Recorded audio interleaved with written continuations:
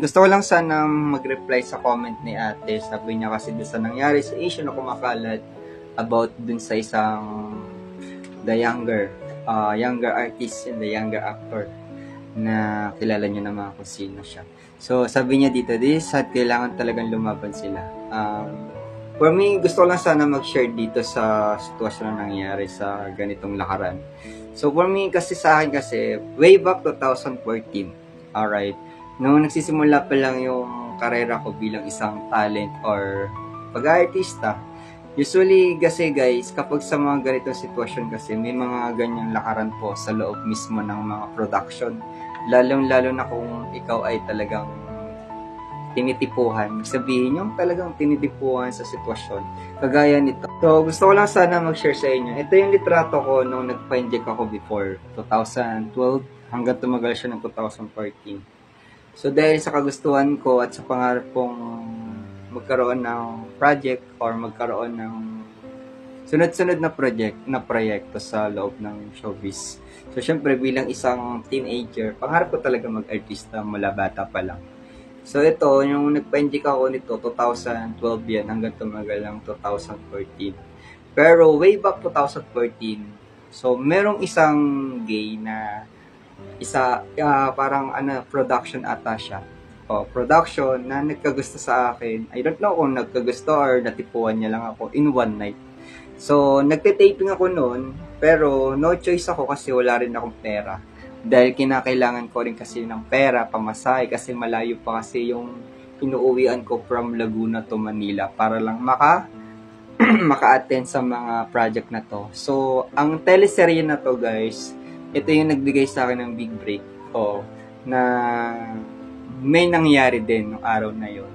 Pero wala akong ginawa kundi tanggapin yung offer kasi sabi lang nito ng isang production na sabi niya, kukunin niya ako, bibigyan niya ako ng project, whatever na ganun. Tapos, syempre, wala kang choice kasi bata ka pa lang, kailangan mo din ng pera. So, nag-offer siya na babayaran niya ako is 500 pesos.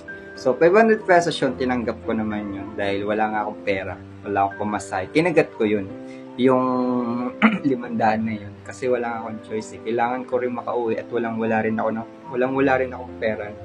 So, wala rin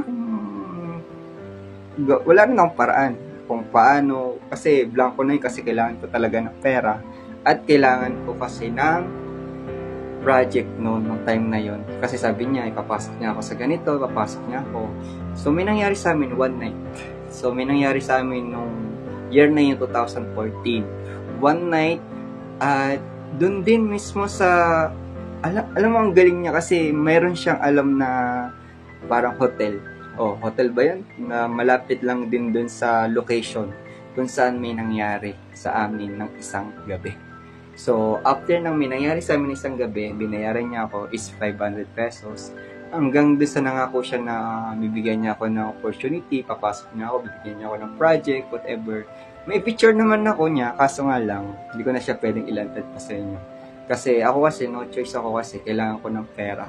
So, ito lang, pinapakita ko lang sa inyo, nagpapakatotoo lang na way back 2014, ito yung itsura ko noon na natipuan niya ako na nagulat lang ako kasi akala ko kasi mabibigyan ako ng opportunity na magkakaroon ako ng project. Pero yung pala, ginamit niya lang yung katawan ko at wala rin naman ako choice kasi kailangan ko rin ng pera.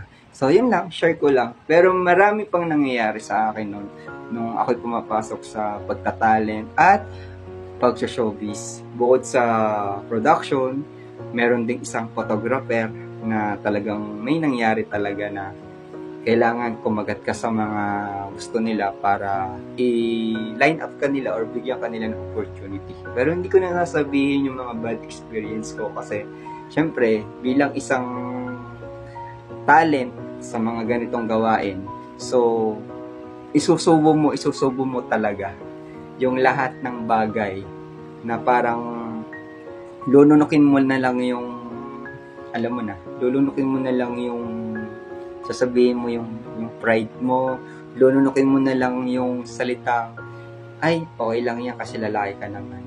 Kasi okay lang yan, wala na mawawala sa'yo. Kasi, yung mga ganito kasing sitwasyon kasi, opportunity na bibigyan ka ng project, ilaline up ka sa mga ganito, bibigyan ka ng opportunity, bibigyan ka ng pera. Yan yung mga number one na binibig deal. Pero after nung pag nakuha ka na, wala na. Hindi ka nabibigyan, paasahin ka lang. Pero marami akong share sa inyo, kaso nga lang, hindi ko na muna siya pwedeng i-share ng buong buo kasi marami na akong naranasan ng mga ganyan. Simula nung nagtatalent ako sa showbiz. Pero nasa yun na yan, kung paano mo siya dadalhin. Kaso nga lang, ang pagkakamali nga lang dito sa dalawang inaakusa, yun yung mahirap na, syempre, painumin mo yung tao ng pampatulog para lang may mangyari or para maganap yung krimen na gusto mong gawin dun sa tao na may balak kang gawin. Diba? Kung hindi ka talaga gusto ng tao, huwag mong pilitin. Yun lang yun. Kaso nga lang, kamalian lang din, nilagyan nila ng sleeping pills, pampatulog, para lang magawa yung binabalak nila dun sa younger artist. So, etong share ko lang sa inyo guys, sa experience ko before. Sana hindi na maulit yung mga ganitong gawain. Because, syempre, bilang isang ako, nung nagtatalent pa ako, hindi ko naman alam na meron palang ganito.